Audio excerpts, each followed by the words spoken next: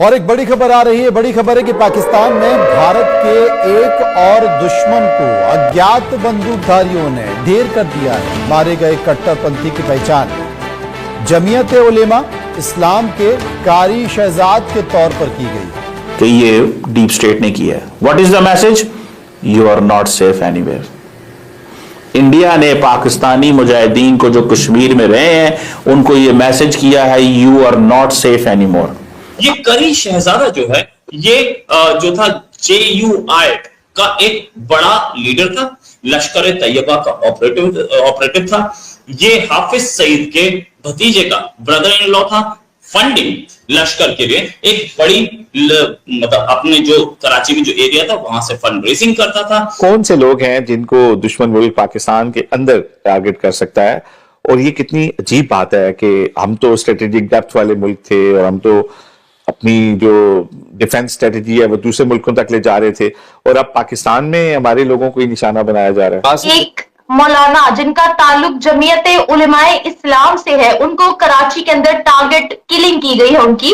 वो सुबह नमाज पढ़ाने जा रहे थे और अननोन गनमैन ने उन पर फायरिंग की और उनको कत्ल कर दिया गया। आज इंडियंस क्या कहते हैं? You are not safe anywhere. आप कहीं सेफ नहीं है, लेकिन बोलेंगे नहीं, बोलेंगे नहीं। इंडिया कहीं भी इस चीज को एक्नॉलेज नहीं करता ये जो पाकिस्तान में किलिंग्स होती हैं, but India has the capability कि वो ये सारे ऑपरेशन कर सके। Yes, they have the capability. बिल्कुल आसिफ, ये कहानी आपको पता है कि वेव है एक, जिसमें पाकिस्तान में मुख्तलिफ इंडिविजुअल्स को निशाना बनाया जा रहा है। उनको कत्ल कर दिया गया था नामालूम अफराद की तरफ से। अभी तक उस वाक़े का इस्लाम के एक सदस्य की सोमवार सुबह अज्ञात बंदूकधारियों ने हत्या कर दी। हमले के वक्त जब वो सुबह की नमाज के लिए जा रहा था तभी अज्ञात हमलावरों ने अटैक कर दिया। एक ही चीज है कि ये डीप स्टेट ने किया है। What is the message? You are not safe anywhere.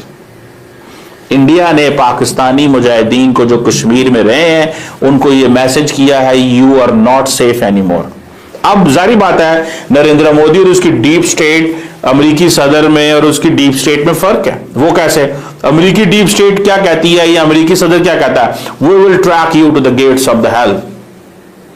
Indians क्या कहते हैं? You are not safe anywhere. आप कहीं सेफ नहीं है, लेकिन बोलेंगे नहीं, बोलेंगे नहीं। इंडिया कहीं भी इस चीज को एक्नॉलेज नहीं करता ये जो पाकिस्तान में किलिंग्स होती हैं, but India has the capability कि वो ये सारे ऑपरेशन कर सके।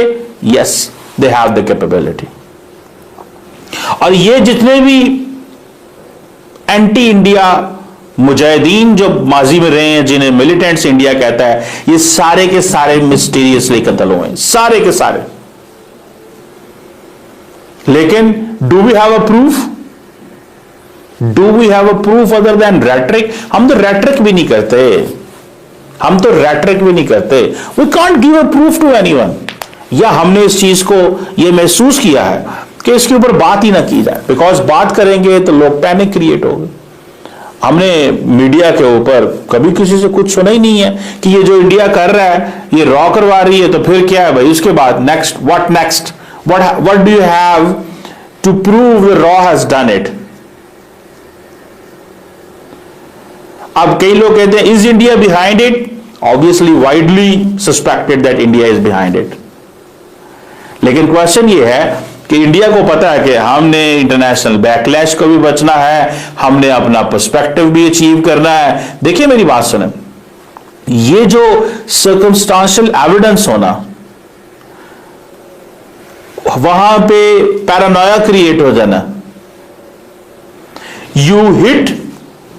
you have hit the militants without triggering a full scale war। आपने फुल स्केल वॉर को शुरू किए बगैर आपने एक जो कैंपेन शुरू कर दिया, कोई जरूरत ही नहीं है आपको क्या जरूरत है? The question is you are not safe anywhere। This is India's message। So you are not safe anywhere। अब हर वो बंदा जो जहादे कश्मीर में ऊपर वाले स्केल में था, दरमियाने स्केल में था, नीचे लेवल पर काम कर रहा था, हर बंदा डर रहा है।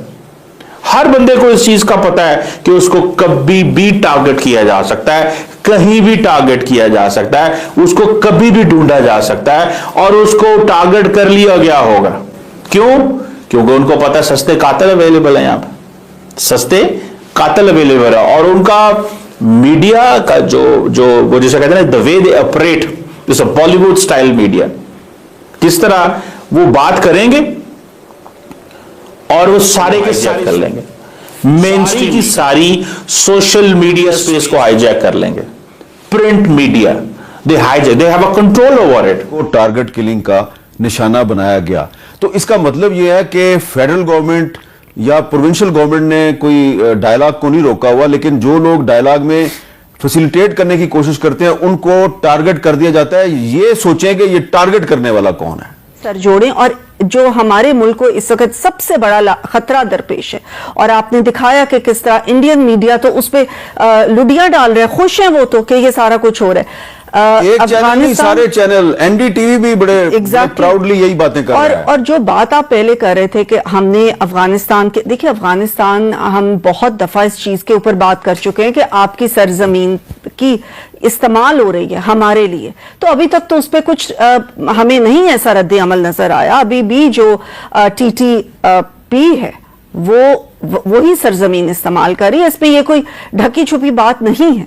तो ये इस हालात में हमें ये चाहिए कि तमाम पार्टीज गैर मशरूत इकट्ठे बैठे और सड़कों पे आने की बजाय सर जोड़ के इस चीज के ऊपर गौर करें कि हमने इस स्कार्ज को कैसे खत्म करना। ना इंडिया का मीडिया बड़ा चीख चीख के कह रहा है हाफिज सईद साहब को पाकिस्तान की अदालतों ने कोई इल्जाम नहीं ठहराया। आज आप हाफिज सईद को छोड़ दें, मंजर यहां पे आने दें, मैं देखता हूं कि इंडिया का चैनल मुंह खोल जाए, इनकी जुबान बंदी ना हो जाए तो मेरा वो नाम से डरते हैं तो, और उनकी ख्वाहिश है कि हम किसी तरीके से आप मुतालबा करें कि हाफिज सईद साहब की नजरबंदी खत्म की जाए। जी मैं समझता हूं कि इनके हाफिज सईद साहब की नजरबंदी खत्म होनी चाहिए और इंडिया का मुंह तोड़ जवाब दें। मीडिया तो कह रहा है कि वो जेल में कहीं फिर रहे थे, तो ये सब बकवास है। अगर हाफिज सईद साहब की जमात जो है, जब मेरी साहब बात सुने, जब पाकिस्तान में सलाब आ जाए हाफिज सईद साहब, जब वहां पर फंड रेजिंग का मामला हाफिज सईद साहब, कश्मीर में आपको जवान चाहिए तो हाफिज सईद साहब। बिल्कुल ठीक है। तो हाफिज अभी आपकी जो जमात है उसने फैसला कर लिया है कि पार्लिमानी कमेटी का ये